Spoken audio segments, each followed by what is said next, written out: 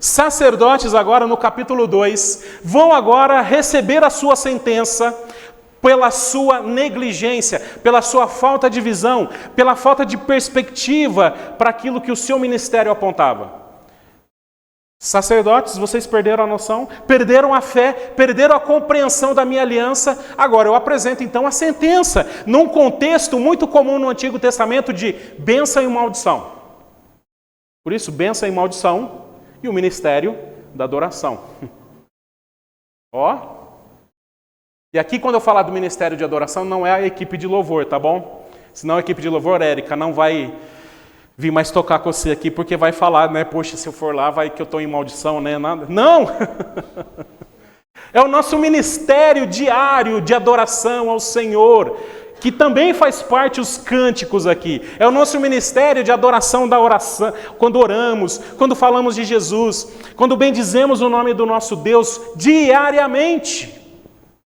Existe aqui um contexto dentro de Malaquias capítulo 2, versículos de 1 a 2, que permeia o Antigo Testamento, que faz parte da aliança de bênção e maldição. Nós vamos observar nos versículos de 1 a 2, que bênção e maldição na adoração se relacionam com consagração.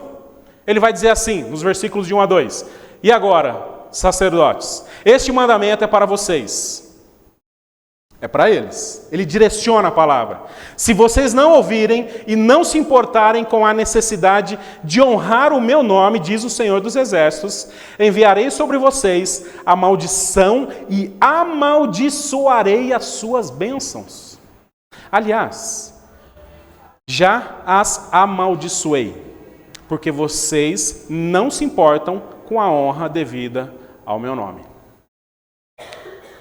E aqui a gente observa nesses primeiros versículos, nesses 2 versículos iniciais, que aqui Malaquias exorta, nesse contexto de bênção e maldição, que tem uma relação agora de consagração. E eu vou explicar isso de uma forma mais aqui ao longo do que eu vou apresentar outros versículos aqui. Lembrando que esses sacerdotes desprezaram a adoração ao Senhor num desprezo como Esaú, como ele diz no capítulo 1. Onde Esaú despreza a aliança com Deus. Lembra? Esaú chega diante de Jacó e quer me dar esse prato de sopado de lentilha, porque eu estou com fome. E aí Jacó então me dá o seu direito de primogenitura. Lembrando que esse direito se relacionava com a aliança com Deus. E ele diz, o que me adianta isso? E morrer de fome. Alguém que despreza a aliança com Deus. Nesse mesmo pecado estavam incorrendo os sacerdotes, desprezando, inclusive a palavra no hebraico é a mesma, desprezando a aliança do Senhor, oferecendo qualquer tipo de sacrifício. E aqui a atitude é condenável, porque não é porque Deus é um Deus, não por um capricho de Deus, mas porque eles desprezavam tudo aquilo que esses rituais apontavam. O Cordeiro de Deus que viria, Cristo Senhor que viria, o Cordeiro perfeito que viria. E esse mau exercício dessa função deturpava essa mensagem. Por isso, bênção e maldição em Deuteronômio está relacionado àquilo que eles faziam. Porque eles não estavam consagrando o seu serviço ao Senhor. Dentro de um contexto, por exemplo, de Deuteronômio, capítulo 28, versículos de 1 a 2, e se você depois, vou dar uma tarefa de casa para você, anote Deuteronômio capítulo 28 e você vai ler na sua casa, porque é o capítulo da aliança de bênção e maldição, onde Deus vai dizer assim, se ouvirem atentamente a voz do Senhor, seu Deus, tendo o cuidado de guardar todos os seus mandamentos que hoje lhes ordeno, o Senhor, o seu Deus, exaltará vocês sobre todas as nações da terra. Se ouvirem a voz do Senhor, seu Deus, sobre vocês virão e alcançarão todas as bênçãos. Ó, vocês serão abençoados. A gente não gosta de escutar isso? Sim ou não? Quando você sai de casa, a esposa diz assim, que Deus te abençoe. Quando o filho sai de casa, você gosta assim, meu filho, que Deus te abençoe. Você deixa ela lá na escola, né? Que Deus te abençoe. É muito bom ouvir isso, porque nós estamos recorrendo à bênção de Deus. Que Deus abençoe essa pessoa que Deus me abençoe, Deus traga as suas ricas bênçãos sobre a minha vida. E se você continuar lendo os versículos 3, 4, 5, vai lendo aí para você ver que tipo de bênçãos esse povo receberia. Sobre o trabalho, sobre as colheitas, sobre a família. E ele não para porque Deus é esse Deus que gosta de abençoar. Porque esse Deus tem o desejo de abençoar o seu povo. Afinal de contas, ele está fazendo uma aliança de bênção. Não se preocupe, eu vou abençoar vocês. Não tenham medo. Não tenham medo, porque eu vou abençoar as colheitas, eu vou abençoar a sua esposa, o seu marido, eu vou abençoar os seus filhos. Não se preocupem, porque eu vou abençoar a proteção de vocês, serão protegidos. Essa é a minha bênção. Amém? Bênção de Deus. Mas aí, nos versículo 15, temos o problema da maldição. Porém, se não derem ouvidos à voz do Senhor, seu Deus, deixando de cumprir todos os seus mandamentos e os seus estatutos que hoje lhe ordeno, então virão sobre vocês e os alcançarão todas estas maldições. Tem 2 pontos, porque a lista de maldição aí, eu nem coloquei aqui, tá bom? A lista de maldição é grande. E se você olhar, dá até medo. Vou dar uma dica, não leia hoje, leia amanhã. Porque se você ler, você vai nem dormir à noite. Eu fiquei apavorado quando eu estava lendo essa... Eu já tinha lido várias vezes esse capítulo, né? Mas eu estava estudando para a mensagem, e quando eu olhei para aquilo, eu falei, Jesus, meu Deus, eu fiquei apavorado, comecei a ficar, né? Estou brincando não, eu estou falando sério. Eu mesmo sono sozinho aqui fazendo a minha mensagem. Terrível! Olha, parece que Deus muda a chave dizendo assim, olha, tudo aquilo que eu prometi, tudo aquilo que eu declarei numa aliança perpétua de bênção para com vocês, se vocês não andarem assim, essas bênçãos se tornarão em maldição. É muito interessante, irmãos, porque não é uma questão aqui, e a gente volta para o texto de Malaquias capítulo 2, versículos de 1 a 2. Se você observar, o próprio Deus está dizendo assim, olha, Ele está dizendo que Ele vai amaldiçoar as suas bênçãos. Por isso o problema não é a ausência de bênção.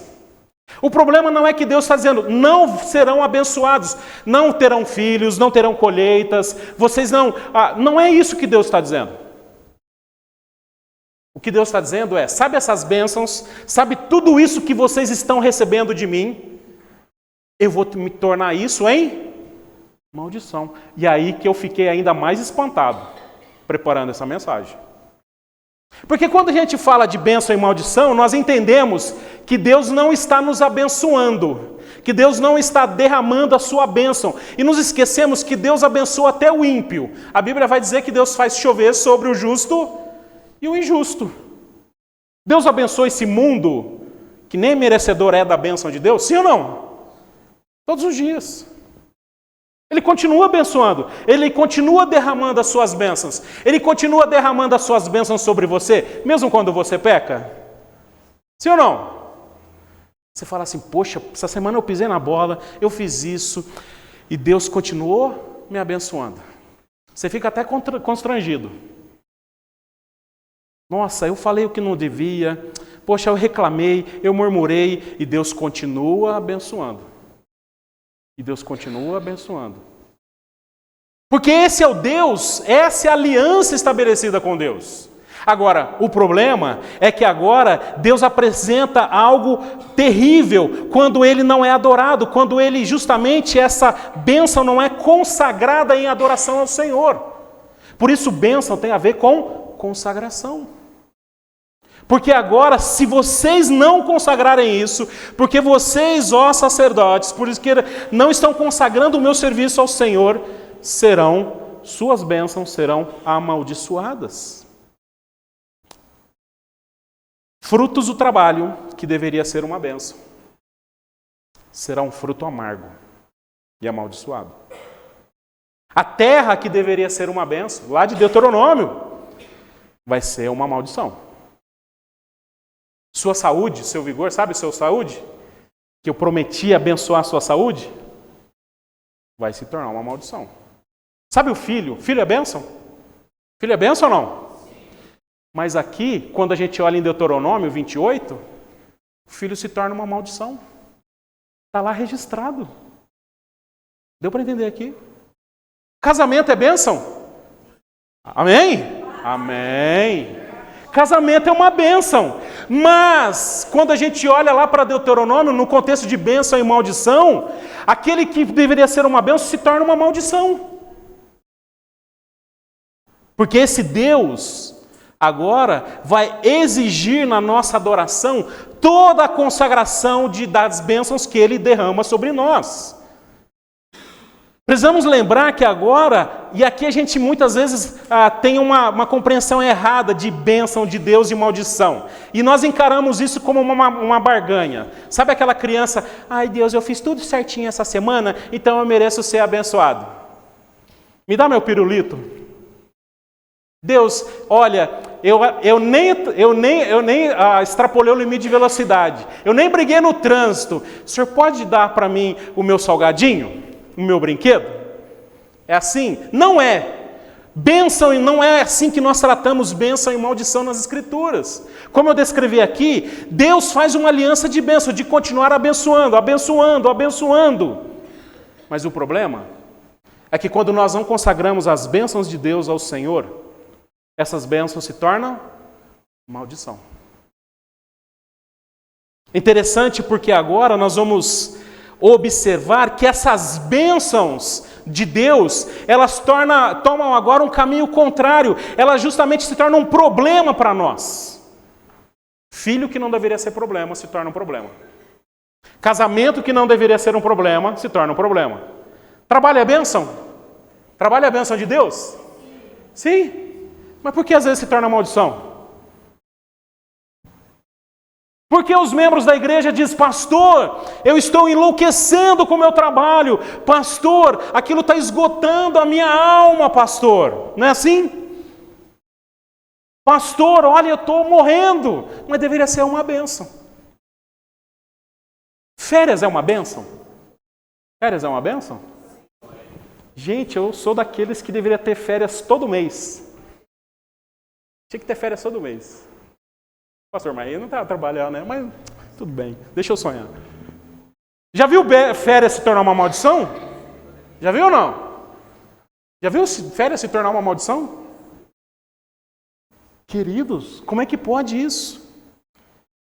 Porque muitas vezes nós não consagramos e vivemos essa consagração daquilo que Deus tem nos abençoado, que faz parte da nossa adoração.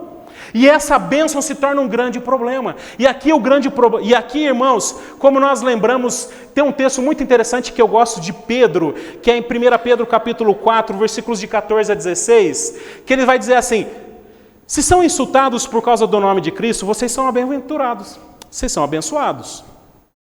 Porque o Espírito da glória, que é o Espírito de Deus, repousa sobre vocês. E que nenhum de vocês sofra como assassino, ou ladrão, ou malfeitor, ou como quem se mete na vida dos outros. Mas se sofrer como cristão, não se envergonhe. Pelo contrário, glorifique a Deus por causa disso. Sabe, eu vou resumir o que o Pedro está dizendo aqui. Se for para sofrer, que sofra por causa de Jesus. Não sofra porque você arrumou uma confusão. Porque você se meteu numa verdadeira maldição. Porque o sofrimento que glorifica a Deus é esse sofrimento que é por causa de Deus. Mesmo, e aqui a gente pode até dizer que esse sofrimento é quase que uma bênção de Deus na nossa vida. Porque ele está sendo honrado e glorificado. Não é assim que a gente vai ver no Novo Testamento? Tiago vai falar sobre isso. Tiago vai falar sobre as tribulações que amadurecem a nossa fé, que se torna bênção. Mas muitas vezes os nossos problemas são oriundos de bênçãos que nós não consagramos a Deus. Não ache, inclusive, irmãos, que você pode viver as bênçãos de Deus sem consagrar isso para o Senhor. Consagrou o seu trabalho ao Senhor? Consagrou o seu trabalho ao Senhor? Você ora por ele? Obrigado, Deus. Aquilo às vezes parece o inferno na terra, mas obrigado por isso, Senhor. Porque é dali que Deus te sustenta. É ali que Deus colocou para você abençoar a vida de outras pessoas. É ali que Deus te colocou para ser luz. Ai, obrigado, Deus, pela... Família é bênção. Família é bênção? Com exceção dos cunhados e da sogra. Família é bênção de Deus. Aí a gente fala assim, Deus, por que o Senhor me colocou nessa família? Jovens e adolescentes, por que o Senhor me deu esse pai? Não, ai, pastor, já pega no pé dos jovens e adolescentes. Se preocupe, eu também falava isso quando era adolescente. Eu olhava para o pai dos meus amigos e falava assim, nossa, eu queria ter aquele pai. Eu queria ter aquela mãe. Eu falava isso. Nossa, aquele pai dele ali não bebe. Olha, aquela família parece ser muito melhor do que a minha. Aí eu falava assim, por que Deus me colocou nessa família? Mas é essa família que Deus te abençoou. Ela não pode agora se tornar uma maldição, porque nós vamos consagrar isso ao Senhor. Deus, obrigado, Senhor Deus, pela minha família. Marido é uma bênção? Sempre. Sempre marido é uma bênção, sempre. É uma bênção, marido. Sempre. Amém, irmãos? Amém. Olha lá, marido é sempre uma bênção. Consagre o seu marido ao Senhor. Deus proteja esse bonito. Deus proteja esse gatão maravilhoso que o Senhor me deu. Olha, meu coração até... A esposa é uma bênção? Deus, obrigado. Porque se o Senhor não tivesse me dado essa bênção, eu estaria apenas sobrevivendo neste mundo. Como alguém largado, alguém que, alguém longe. Ainda bem que o Senhor me deu essa esposa que me arruma, que me faz, manda eu cortar cabelo, manda tomar banho, fala para eu tomar banho, essa bênção do Senhor. Porque se eu não tivesse isso, você ia ficar lá, vegetando. Estaria lá com aquelas barbas, tipo o náufrago, assim, ó. Sabe o náufrago? Sabe por que ele ficou daquele jeito? Porque não tinha uma mulher com ele. Não tinha uma mulher. Se tivesse uma mulher no acampamento do náufrago, ela tinha ajeitado aquele acampamento. Aí o que ele ficou? Wilson, ai o Wilson, ai o Wilson, ai o Wilson. E perdeu o Wilson ainda. Perdeu o Wilson ainda. Queridos irmãos, consagre as bênçãos do Senhor. Isso faz parte da nossa adoração. Consagre isso ao Senhor. O seu trabalho, seus filhos, sua esposa, o seu marido, a sua igreja, os seus relacionamentos aqui na igreja, os seus irmãos em Cristo. Obrigado, Senhor Deus, porque esse irmão tem sido uma bênção, a igreja tem sido uma bênção na minha vida. Obrigado, obrigado, Senhor Deus, eu louvo ao Senhor por isso, eu consagro isso ao Senhor, porque os sacerdotes agora recebem uma palavra, olha, as bênçãos de vocês serão amaldiçoadas, tudo aquilo que você recebe de bom de Deus se torna uma maldição. Isso é muito pesado, isso é muito triste. Ainda continuando dentro dessa exortação, nos versículos 3 e 4, aqui Malaquias vai descrever que bênção e maldição na adoração se relaciona com pactuação. Entenda aqui que eu usei pactuação para rimar, entendeu? Para fazer uma rimação. Uma rimação. Eis que reprovarei sua descendência, passarei no rosto de vocês o esterco dos animais. Sacrificados os estercos dos animais sacrificados nas suas testas, e vocês serão levados embora com esse esterco. Então vocês saberão que lhes enviei este mandamento para que se mantenha a minha aliança, o meu pacto com Levi, diz o Senhor dos Exércitos. Os irmãos percebam que esse versículo é um versículo muito duro para com os sacerdotes. Porque agora Deus quer mostrar para eles que o serviço que eles realizavam estava dentro de um contexto de pacto, que apontava para um pacto maior, que era Cristo Jesus. Por isso vocês precisam adorar isso, essa adoração, essa bênção e maldição se relaciona com esse pacto. onde eu estabeleci um pacto e eu vou cumprir a minha parte. E se vocês não cumprirem, vocês agora serão castigados desta forma. E aqui, irmãos, Deus descreve a forma como viria a punição. Uma descrição se refere aqui onde há um contexto de humilhação. E os irmãos percebam que Deus fala aqui de passar esterco no rosto deles. Uma palavra muito dura. Isso tinha a ver com Êxodo capítulo 29, versículo 14, onde descreve aqui que todos os dejetos de animais sacrificados, pele, excrementos, deveriam ser colocados para fora do arraial e justamente queimado. Isso é descrito lá em Êxodo capítulo 29, versículo 14. Porque o culto do Senhor é santo. Havia aqueles restos mortais, pele, excrementos, e tudo aquilo que não era para sacrificar. O sacerdote vinha, levava para fora do arraial e tacava fogo naquilo, porque aquilo era impuro. Aquilo era detestável. Aquilo deveria ser colocado para fora. E, inclusive, Êxodo 29, versículo 14, descreve esse cerimonial de purificação sacerdotal. E quando nós olhamos Malaquias usando como referência esse texto para se dirigir aos sacerdotes, Deus está dizendo, olha, vocês serão tratados como esses dejetos. Vocês serão humilhados como esses dejetos considerados agora impuros, apesar de no que deveria ser puros. Vocês deveriam ser puros, vocês deveriam ser dedicados, vocês deveriam ser honrados, mas serão tratados como uma imundícia, por não zelar pelo culto ao Senhor. Por isso, interessante aqui que nós vamos observar que esse pacto está relacionado agora com esse lixo que deveria ser colocado para fora. Esse lixo que deveria ser incinerado. Esse lixo que agora, se não for colocado para fora, traz mau cheiro, rato, formiga, doença, inseto. Esses dias eu cheguei no meu apartamento lá, eu abri a porta e vi aquele cheiro de lixo. Um cheiro esquisito, um cheiro forte. Aí eu lembrei que eu tinha cortado carne, limpado a carne, sabe aquela cebinha da carne, não sei o quê, botei no saco e deixei no lixo. E aquilo estava lá já, o quê? 2, 3 dias. Aquele cheiro horroroso. O que você faz? Convive com o cheiro? Faz uma caminhada lá fora, vai lá, levar na lixeira e assim por diante. Deu para entender aqui? Porque é impuro. Porque nós agora vamos lembrar que justamente vamos lembrar que nós não vamos conviver com essa sujeira. E os sacerdotes não podiam fazer isso. Os sacerdotes agora serão castigados dessa forma, tratados como esse dejeto impuro, aqueles que deveriam ser puros, como diz lá em Números capítulo 3, versículo 11 e o versículo 13.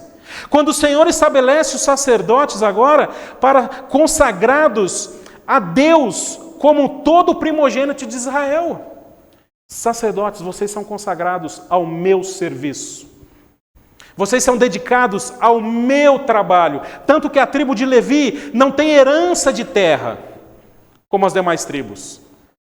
A tribo de Levi não servia o exército como as demais tribos, porque eles eram dedicados ao trabalho do Senhor, deveriam se manter puros.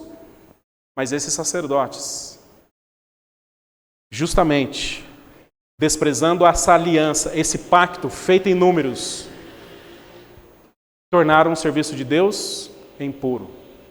E aqui a gente precisa apontar para algo que eu acho que o texto inclusive vai descrever aqui algo mais à frente. Isso aponta para o pecado, irmãos. O pecado que traz essa impureza e que tenta agora contaminar a nossa adoração ao Senhor. O pecado que mina o meu desejo de adorar o Senhor, bendizer o Senhor, aquilo que é sujo, aquilo que é podre, me torna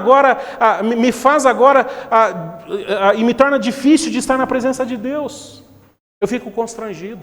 Eu não tenho vontade, eu não quero adorar o Senhor, porque agora esse pecado me contaminou.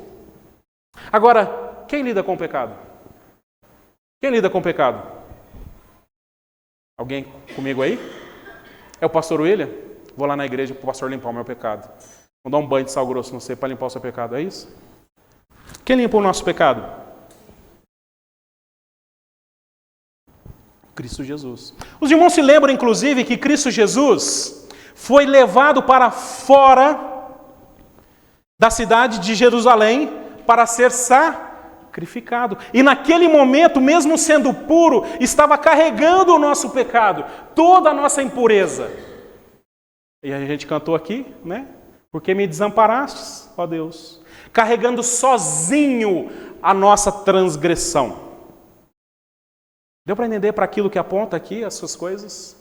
E que não pode ser desprezado? Deu para entender que hoje nós vivemos como Lucas capítulo 24, versículos de 14 a 20, num pacto de aliança. Qual é o pacto de aliança que a igreja vive hoje? No corpo e no sangue de Cristo Jesus, que é derramado em favor de vocês. É isso que Jesus estabelece lá em Lucas capítulo 22, onde quando nós lemos todos os meses, todo mês aqui na igreja, relembrando, trazendo à nossa mente o pacto.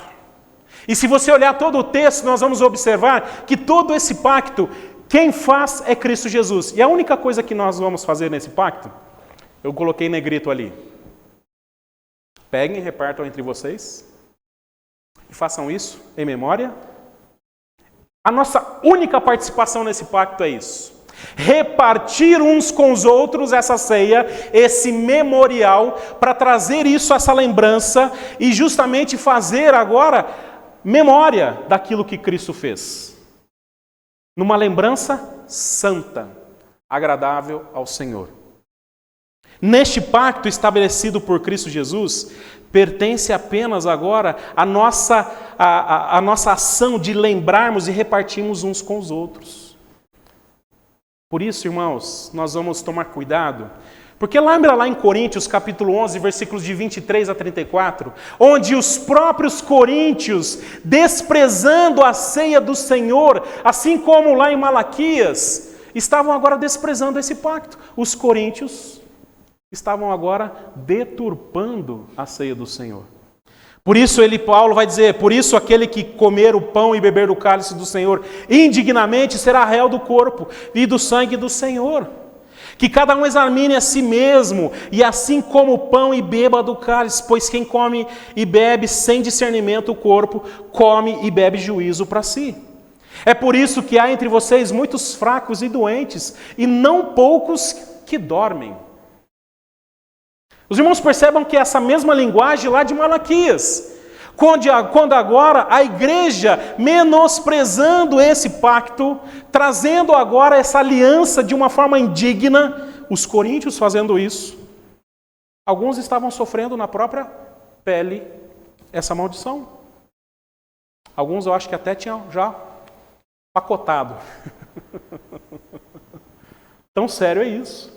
Porque agora comiam indignamente o corpo e bebiam indignamente o sangue do Senhor Jesus. E aqui existe muita confusão com relação a isso. Essa indignidade se refere a crentes que justamente perderam esse aspecto de aliança que Cristo fez.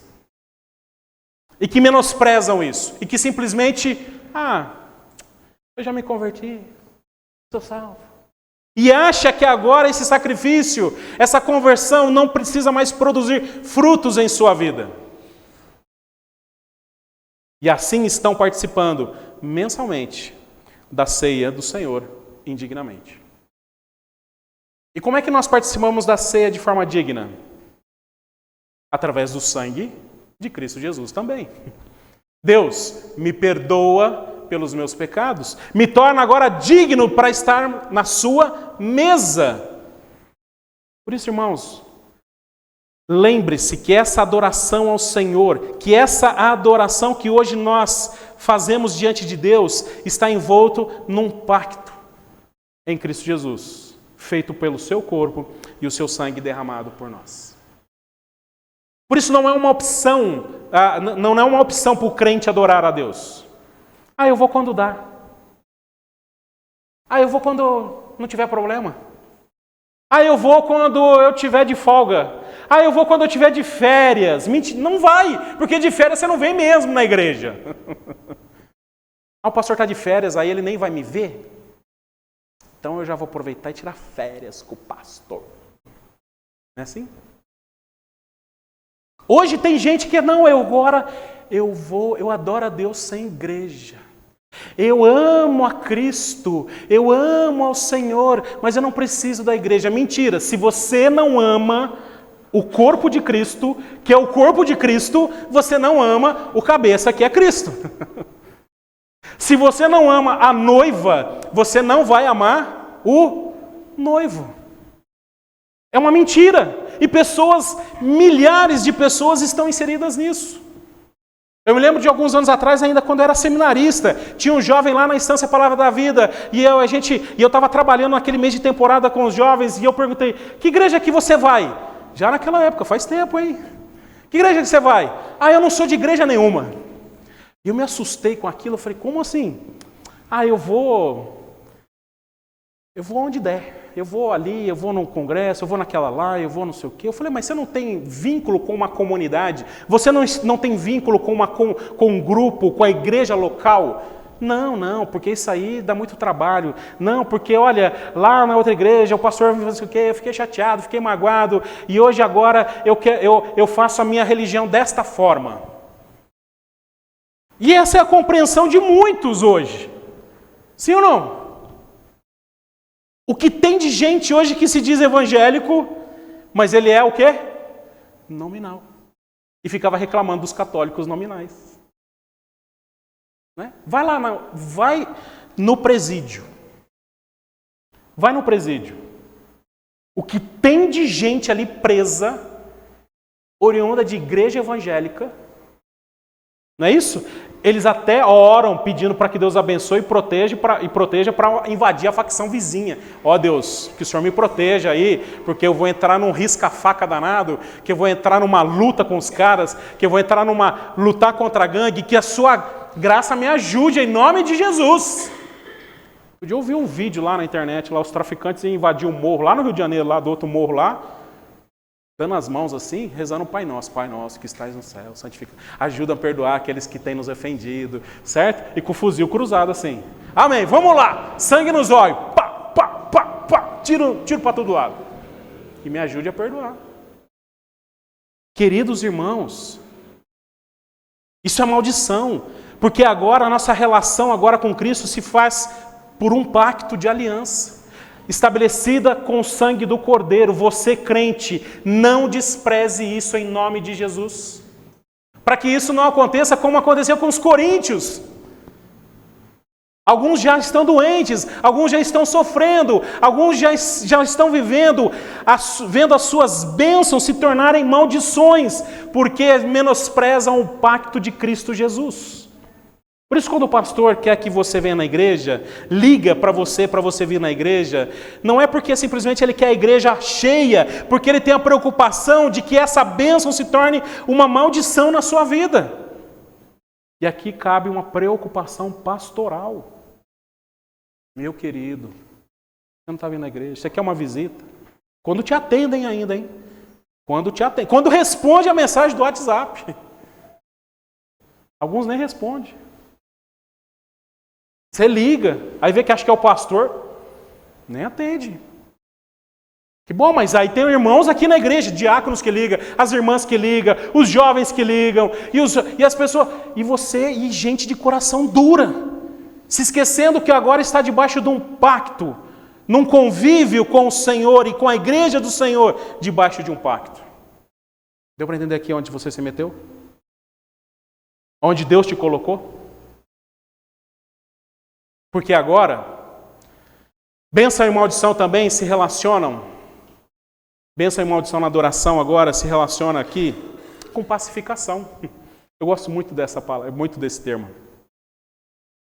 Ele diz em Malaquias, nos versículos de 5 a 7, minha aliança com Levi, continuando o versículo anterior, com ele foi de vida e paz. E foi isso que eu lhe dei, para que me temesse. E de fato ele me temeu e tremeu por causa do meu nome. A verdadeira instrução esteve em sua boca e nenhuma injustiça se achou em seus lábios. Ele andou comigo em paz e em retidão e afastou muitos da iniquidade, porque os lábios do sacerdote devem guardar o conhecimento e a sua boca todos devem buscar instrução, porque ele é mensageiro do Senhor dos Exércitos. É interessante porque agora Deus vai lembrar de uma aliança que ele fez com Levi. Mas quando nós olhamos para Gênesis e Êxodo, nós não temos essa aliança lá. Mas nós temos essa aliança em Números capítulo 25, versículos de 12 a 13, descrevendo essa aliança com os descendentes de Levi. Numa situação terrível, onde agora, em Números 25, versículos de 12 a 13, Deus vai dizer assim: eis que lhe dou minha aliança de paz. E ele e sua descendência terão a aliança do sacerdote perpétuo, porque teve zelo pelo seu Deus e fez expiação pelos filhos de Israel. Deus está instituindo o ministério sacerdotal. Moisés está instituindo aqui esse ministério dos sacerdotes. E lembrando dessa aliança, olha, eu fiz uma aliança de paz, porque esse povo, porque essa tribo, porque a tribo de Levi tem ensinado agora os filhos de Israel e desviado a muitos do pecado. Tem dedicado as suas vidas para a restauração de muitos dos filhos de Israel. E essa aliança é lembrada, e tudo isso é lembrado num capítulo de 25, versículos, nesse capítulo 25, num contexto que não tem paz nenhuma ali. Porque se você olhar e lembrar, Deus está exortando o povo e alguns que agora estavam se prostituindo com as filhas dos moabitas. Os filhos de Israel simplesmente acharam as filhas dos moabitas mais bonitas, largaram as suas esposas e simplesmente estão se prostituindo com elas. E essas filhas dos moabitas estão agora levando os israelitas agora à idolatria. E sabe o que Deus manda fazer aqui? Por isso que não tem paz nesse capítulo. Deus manda exterminar todos eles. Porque Deus mandou uma praga. E muitas pessoas estão morrendo por causa disso. Por isso o capítulo 25 não é um contexto de paz, é um contexto de grande conflito, onde muitos estão morrendo, onde o povo de Israel está sofrendo agora, porque muitos desses estão agora abandonando esse ministério, abandonando a Deus e se prostituindo. Mas aí vem um personagem chamado Finéias, que não é o filho de Eli, o irmão do Hofni. Lembra lá do Hofni e Finéias? Aquele não, ele é um mau sacerdote. Esse Finéias, ele é um bom sacerdote. E o texto diz assim: quando Finéias, o filho de Eleazar, filho do sacerdote Arão, viu isso, levantou-se do meio da congregação e pegando uma lança, seguiu o homem israelita até o interior da tenda e com a lança atravessou os dois, tanto o homem israelita quanto a mulher midianita, pelo ventre. E então a praga cessou entre os filhos de Israel. Os que morreram da praga foram 24.000. É interessante porque quem mata esse homem, quem mata essa mulher, não é um guarda, não é um soldado. Quem mata? O sacerdote. Muito semelhante àquilo que nós vemos em 1 Samuel, capítulo 15, onde agora nós vamos observar aqui, dentro daquele contexto, daquele diálogo de Samuel com Saul, diante daquilo que Deus tinha mandado fazer e matar Agag. E ele não mata. E sabe o que acontece ali, como o texto descreve? Samuel pega uma espada e despedaça Agag, o sacerdote. Para justamente mostrar o quanto o mal, o quanto o pecado precisa morrer em nossas vidas. Para que haja paz. Não existe paz em comunhão com o pecado. Não existe paz em comunhão com o inimigo. É impossível isso. Para que haja paz em nossas vidas, o mal precisa morrer. Não é isso que diz Romanos, capítulo 6, versículos de 1 a 8? Como nós já estudamos aqui. Que diremos então? Continuaremos no pecado? Para que a graça ainda aumente? De modo nenhum. Como viveremos ainda no pecado, nós que já morremos para ele? Ou será que vocês ignoram que fomos batizados em Cristo Jesus? Fomos batizados na sua morte, fomos sepultados com ele na morte pelo batismo, para que como Cristo foi ressuscitado entre os mortos, pela glória do Pai, assim também andemos em novidade de vida. Porque se formos unidos com ele à semelhança de sua morte, certamente seremos também semelhantes à sua ressurreição. Sabendo isso, que a nossa velha natureza foi crucificada com ele, para que o corpo do pecado seja destruído e não sejamos mais escravos do pecado. Entenda, irmãos, que a mortificação consiste em enfraquecer o hábito do pecado. Existe uma luta dentro de você, existe alguém dentro de você que você precisa matar. E aí entra o pastor armamentista agora. Você precisa pegar uma 12, uma bomba nuclear, você precisa pegar agora um revólver, tá bom? Claro que no sentido figurado, tá bom? E matar esse pecado. Claro que você não mata com bomba, claro que você não mata com arma. Você mata com quem? Com quem? Com Jesus. Ele é a arma poderosa que nós temos nessa luta contra o pecado, para que você tenha paz. Porque o pecado não nos deixa em paz. Não siga esse meu conselho, tá bom? Peca e você vai ver que você vai ficar em paz. Não peca, não. Não siga esse conselho. A gente peca e fica em paz? A gente peca e dorme tranquilo? A gente peca e justamente fica de boa. A gente peca e vem na igreja bem. A gente peca e fica tudo em ordem. Não, a culpa vem. É um tormento, é um inferno em nossa vida. E vivemos esse inferno por causa do pecado. E eu te garanto, irmãos,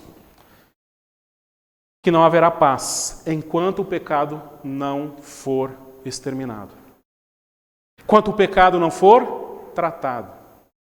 Quando o pecado ainda não estiver agora sendo morto, através agora dessa vida em Cristo Jesus, que mortifica o pecado. Quer paz com Deus? Você quer paz com Deus? Eu não. Precisa matar o pecado. E a arma para isso é Jesus. E a arma para isso também, a partir de Cristo Jesus, como o texto de Malaquias vai descrever, é justamente aquilo que que os sacerdotes estavam desprezando. A instrução do Senhor, a instrução daquilo que Deus havia mandado. A instrução daquilo que Deus havia tratado e como ministério para o povo de Israel. Por isso, irmãos, nós precisamos lembrar, como nós vemos agora nesses próximos versículos. Deixa eu voltar lá. Que da boca dos profetas, desses sacerdotes, precisariam sair a instrução. Não só isso, mas vocês devem buscar a instrução, porque esses são mensageiros do Senhor dos Exércitos. Sabe aquela coisa assim, e eu quero fazer uma aplicação aqui, lembrando de Cristo, né? Essa verdade, essa voz, esse profeta que vem a este mundo para nos instruir, porque ele é o caminho, a verdade e a vida.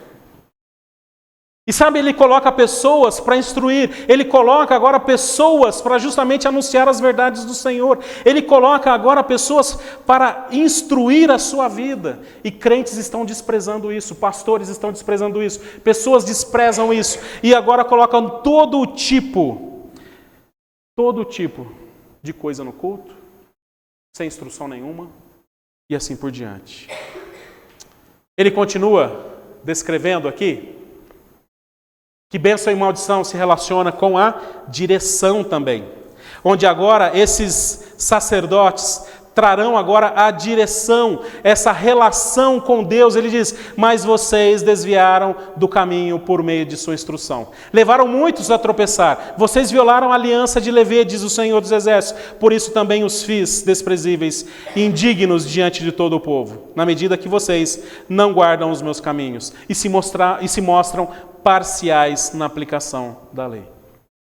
Não existe pecado maior que sacerdotes de Deus desviar o povo de Deus do próprio Deus.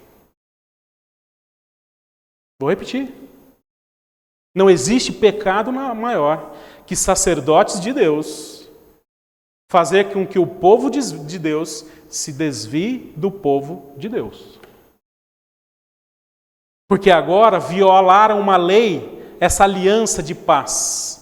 Desvirtuaram aquilo que Deus chamou, quebraram essa aliança, levaram pessoas a cair. Lembra aqui do que Jesus diz em Mateus 18, 6-9? Se alguém fizer tropeçar um desses pequeninos que crê em mim, seria melhor que uma grande pedra de moinho fosse pendurada no seu pescoço e esse fosse afogado na profundeza do mar. E ele continua. Ai do mundo por causa das pedras de tropeço. E sacerdotes, pastores, pessoas estão inseridas neste contexto. Cuidado, irmãos. Não se torne, como diz 1 Coríntios capítulo 10, versículos de 32, motivo de tropeço. Motivo de tropeço. E isso aqui, quando eu leio, eu temo e tremo. Porque, irmãos, uma atitude equivocada, um pecado, uma negligência bíblica que eu possa oferecer à igreja, isso tudo é capaz de fazer irmãos, o povo de Deus, a igreja de Deus tropeçar. Cuidado. Cuidado. E muitos estão assim tropeçando. São parciais na aplicação da lei. São parciais. Não, mas espera aí, não é bem assim. Isso é um papo muito bruto. Isso é uma mensagem muito dura. Porque o que importa, meu querido, é que você é uma gracinha. Chuchuzinho do Senhor. Você é maravilhoso. Essa semana vai ser uma bênção. Tudo vai acontecer de bom na sua vida. Sério? É sério, sacerdote? É sério? E as pessoas estão tropeçando. As pessoas estão caindo. Por isso, irmãos, bênção e maldição se relacionam com o nosso ministério de adoração ao Senhor. Nessa semana que estamos começando, em nome de Cristo Jesus, entenda que a adoração não é uma opção para você. Deu para entender? Eu vou ver. Não é uma opção. Adore o Senhor. Continue adorando o Senhor. Leve a sério. Não despreze isso. Não brinquem com essa aliança firmada em Cristo Jesus, pelo sangue e sua carne. Louve a Deus, você que vive debaixo do pacto do Senhor. Porque Deus, nesse pacto, decidiu assim nos abençoar com as mais ricas bênçãos da parte dele.